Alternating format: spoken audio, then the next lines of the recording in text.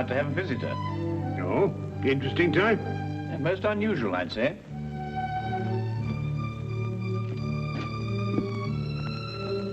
I don't see anyone.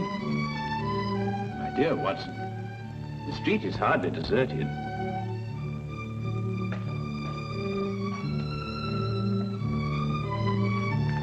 No, I don't mean that. I see one or two people, of course, but nobody appears to be interested in this flat. Watson, for the past 5 minutes, that young man's been summoning up courage to call on us. He's vacillated between doubt and decision, fear and fortitude. Ah, at last fear is conquered. Fortitude is the victor. Well, I suppose you've deduced the whole thing. Who he is, what he wants, where he comes from. As a matter of fact, I haven't the slightest idea. But with so unusual a client, I fully expect a most unusual case. If he comes here. Wait. Ah, the first step.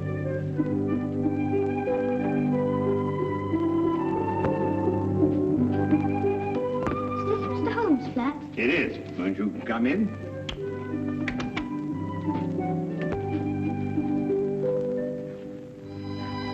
Hello.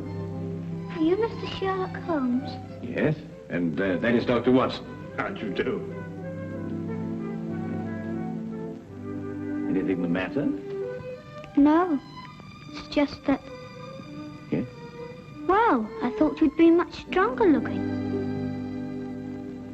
Oh, well, I'm really quite strong, you know. I can tear dictionaries in half. Can you really? Yes, of course, and I'd show you if I had a dictionary handy. Well, what I've come to see you about will take brains. Well, I think Mr. Holmes has an ample supply of those. Now, wouldn't you like to sit down? Oh, thank you. Well, there, my boy. Cup of tea? No, thank you, sir. I'd like to get right down to business. Oh, good. Well, my name is Andrew Fenwick. I'm 11 years old, and I live at number 17 Dudley Court, Upper Spimment Street. Splendid. Now, what appears to be your difficulty? Mr. Holmes, my father has disappeared. Disappeared? Yes, sir. His name is Herbert Fenwick. He's a bookkeeper at Rondale Industries. He's tall and wears glasses. Will you find him for me? I'll do my best, Andrew, but first you'd better tell me the whole story and anything else that may matter. Well, sir, Dad's always been the happiest and most wonderful person in the world. Each night he'd come home and joke and tell funny stories. And every Sunday we'd take bicycle trips or fly our kites or something like that. You might see he was a pal of mine instead of just a father. I understand. Go on. Well, sir, starting a few months ago, Dad began to act in a very peculiar manner. You mean he stopped being your pal? It was more than that, Mr. Holmes. Dad began to leave the house for days at a time. He wouldn't tell Mum and me where he was going or when he'd come back. Just acted mysterious and was as jumpy as a cat. When was the last time you saw your father? Over 3 weeks ago. That's why I'm so worried. Usually he'd be gone for a day or two.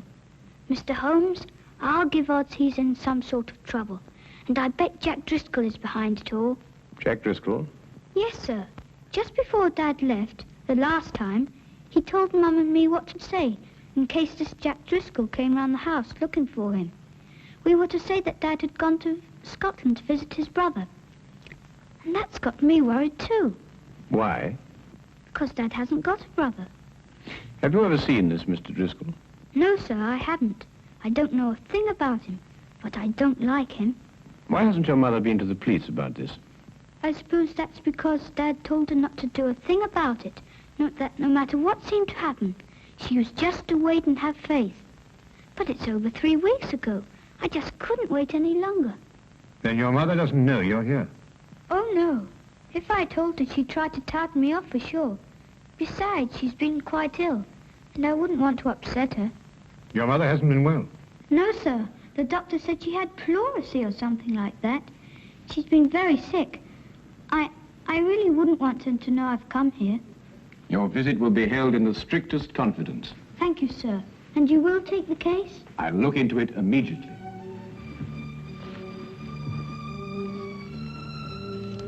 I hope this will be enough to retain your services. Oh, well, no, that won't be necessary, Andrew. But I insist.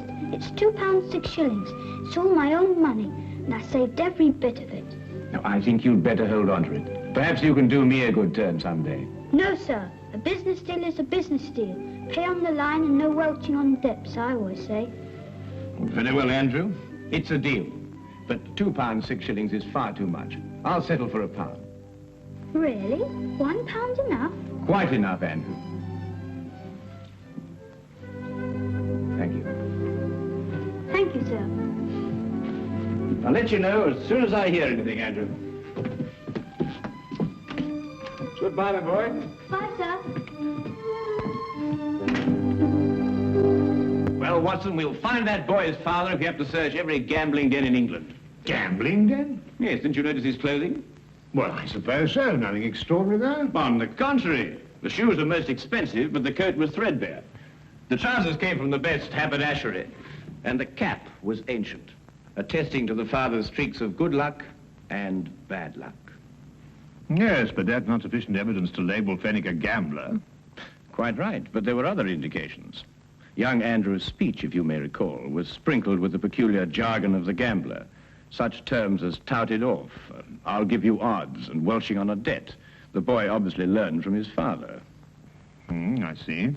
Further, I'd say the man's mysterious trips were to various sporting events held outside of London. Horse races, dog races, and so on. Yes, Holmes, but why should an apparently contented man like Fenwick suddenly turn to gambling? Well, my guess is that the mother's serious illness created a heavy drain on Mr. Fenwick's slender financial resources. He probably hoped for the gambler's classic killing. Well, Holmes, you've certainly answered everything. I'm afraid not, Watson. 2 questions yet remain unanswered. Where is Mr. Herbert Fenwick? And who is the shadowy Mr. Jack Driscoll? Where to, Holmes? To Inspector Lestrade's office. In this particular case, he may be just the chap to help us. Now, that's what a gambler would call a long shot.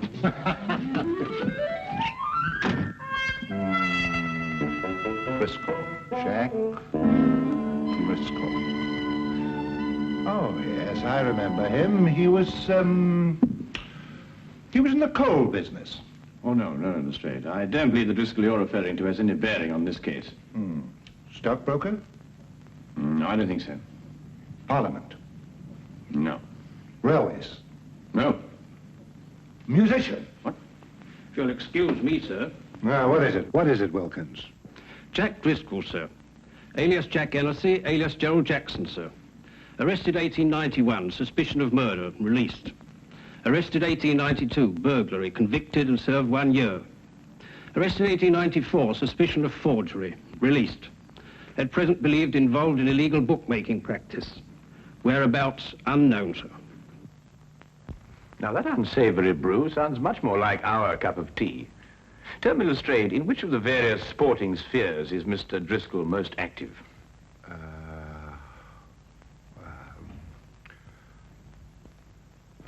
Rumour has it that Mr. Driscoll is concentrating his efforts on prize fight matches, sir. Well, thank you very much for your assistance, Inspector. And you too, Wilkins. Good afternoon, gentlemen. Well, if I know you, Holmes, I suppose now we'll be attending a prize fight. Quite right, Watson. This very evening, hulking Harry Thornton meets Powerhouse Percy O'Noonan at Londonderry Gardens. Powerhouse happens to be a personal friend of mine. You know a fighter personally? My dear fellow, I once blackened his eye for him.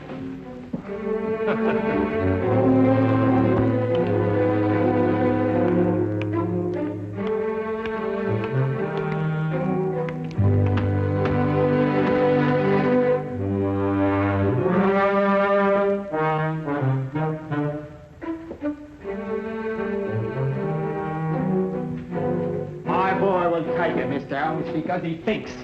That's the kind of fighter I like, a fighter with brains. A very good combination, Mr. Finnegan. The best. Sometimes you makes a mistake.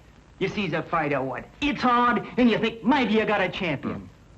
But if he don't think, nothing. You understand? Oh, yes, perfectly. Tell me, Mr. Finnegan, have you got... Excuse me. It's time Percy got started now. You can take him up now.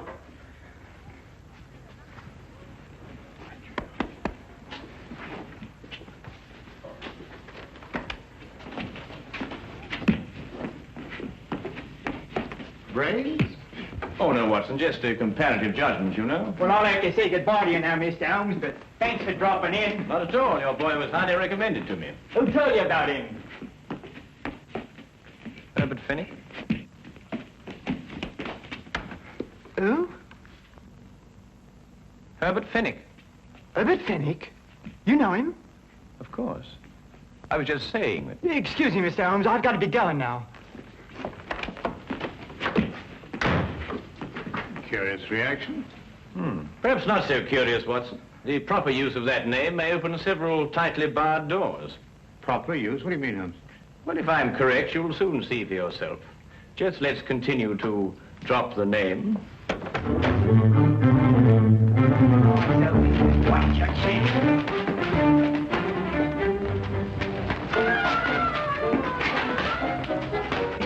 That's it now. Hold it.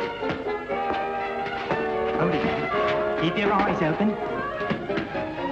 Right.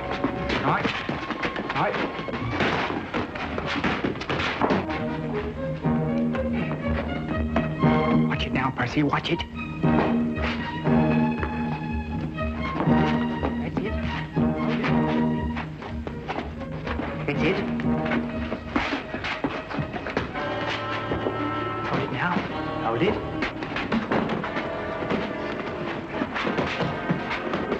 That's so fine. Keep your eyes open.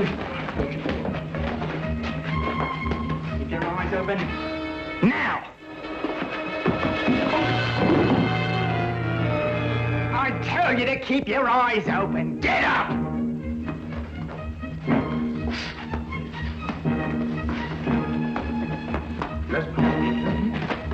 Good old Herbert Fennick. I must remember to get his advice on next week's card. You know, it's a pity poor old Bert Penny couldn't come with us this evening. Yes. Do you know what old Herbert Fennick told me this morning? No, what did Herbert Penny tell you this morning? Did you hear that? You know, Watson, it's not every day you can meet a man who'll give you insight. Sounds like just what Driscoll's been looking for. I told you that they admitted. You remember I said... What are you waiting for? That we met a chap like... Don't like taking them either. They might get roughed a bit later, then somebody says they saw him leave with us. Do you think the street would be any better? You know him? Mr. Holmes, the big one is. He knew Percy. Didn't catch the other bloke's name, but he looks like a fighter I used to know. Got the sack for using unfair tactics. I figured he was a bad one. Got a nasty look about him. Well, if he tries anything, don't expect any Marquis of Queensberry out of him. Use some of your own tactics. Righto. Get to it now before the Upton leaves. Let him know we mean business right from the outset. Stand by, Watson. I think we shall have company in a moment.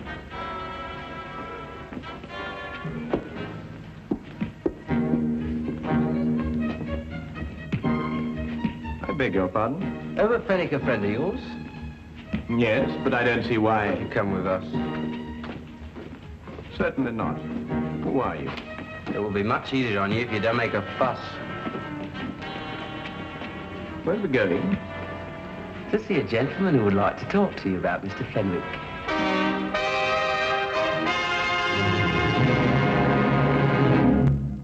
All I want to know from you is where you saw Fenwick last. Well, I believe it was at Murgatroyd's saloon. No lie. Here, I say, look. Fenwick wouldn't go to Murgatroyd's. Maybe the Green Man or the Houndstooth or the Brass Goblet, but never Murgatroyd's. There isn't too much money. Well, Mr. Driscoll, we've been to a lot of places today. Perhaps it was one of the others. How do you know my name? You were pointed out to us. It seems you're quite a well-known figure in certain circles. Yeah, well, Mr. Driscoll, if we should see Mr. Fenwick again, is there any message you'd like us to give him? he knows what I want, that Wilshire. Oh, he's in debt to you, is he? Over £1,000. I'm not winning any longer to collect. If I get my hands on Fenwick, that'll be the last of him. And that goes for you, too, if I ever find out you helped him in any way. Now, get out of here.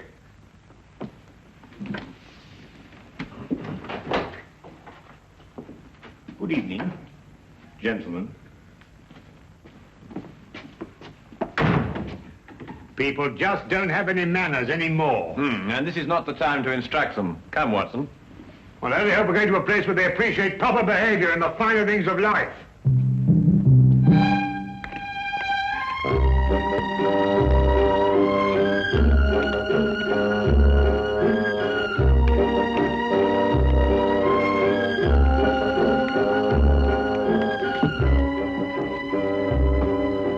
sorry, Governor. Not at all, sir.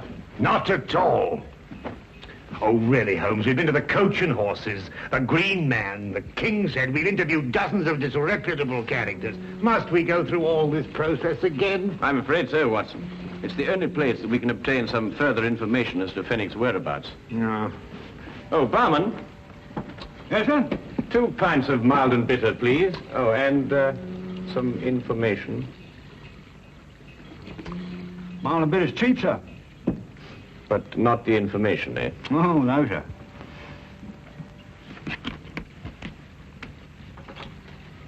Herbert Fenwick. Oh, the poor chap. What do you mean? It was along here not a few weeks ago. We were talking confidential like. Told me he booked a passage to America. Too bad he won't be able to use it now. Oh? Why not? We say you haven't heard. No. Fenwick's dead. Suicide a few hours ago. But how? Where? He rented a room not far from here. And he went down to the Thames and threw himself in. Left a note saying he was in trouble, couldn't go on. Let's see. Have they found his body? Oh, no, not yet. Only his hat floating in the water.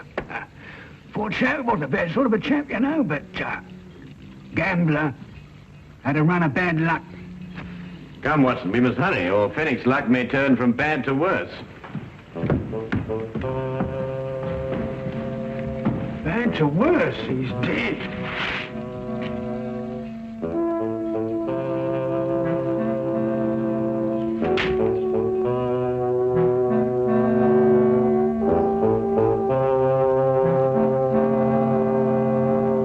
Well, there you are, Holmes. What more do you want? The body. Oh, we'll soon find that. There's no doubt about that. The river patrol's dragging the Thames already. I assure you, Inspector, Herbert Fenwick is still alive. Then why should he write a suicide note? Surely the question is, why should Fenwick write a suicide note in such explicit detail? Listen, this is a terrible thing to do, but I have made up my mind. It is the only way to end my difficulties.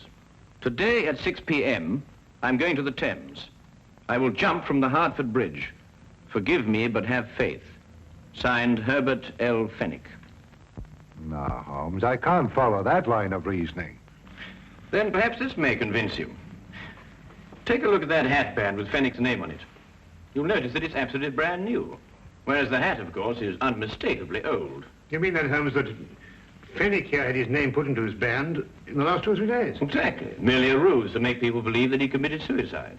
Yes, but why should a man say he's dead if he isn't? Well, to avoid his muscular creditors, for one thing. If they believed the reports of his death, they'd have no choice but to write him off as a total loss. Yes, but if he's still alive, somebody's bound to see him sooner or later. Not if he's made plans to go to America. All right, then. I'll have an alarm sent out to all the ships in port. I'm afraid, Lestrade, that'll be too late. Now, what do you mean? Because he has no money. He needs it badly, and he needs it quickly. And there's only one way in which he can cover both his needs. What way is that, Holmes? Robbery. What, do you think he'd take the chance? Of course he would. Fenwick's desperate. And in any case, there's very little chance when one considers that no one would suspect a dead man of committing the crime. Now, Holmes, what am I supposed to do? Warn everybody in London that a robbery's going to take place? Oh, I wouldn't go as far as that, Lestrade. I judge that Fenwick will strike at one of 3 places. The Wagon and Horses, the Green Man, or the King's Head. I say, Holmes, how can you narrow it down to that? Because Fenwick can feel certain that everyone in those places has heard the news of his death. Therefore, no suspicion could be directed at him. I don't know why I let you talk me into these things. Then you'll assign men to cover the Wagon and Horses and the Green Man? Yes, yes. Good, but there isn't much time. You'll have to get on with it immediately. All right. You know, sometimes you're worse than the commissioner.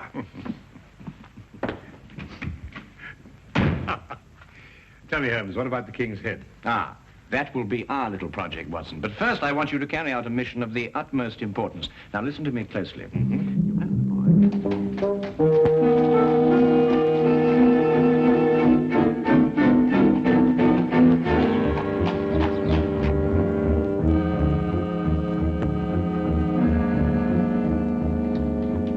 Yes, I've seen them come and go. big and small, happy and sad. And I tends to my business and keeps my hands clean. Ah, well, that's a splendid philosophy. Yeah? It's getting near closing time. Oh, yes, sir. So it is.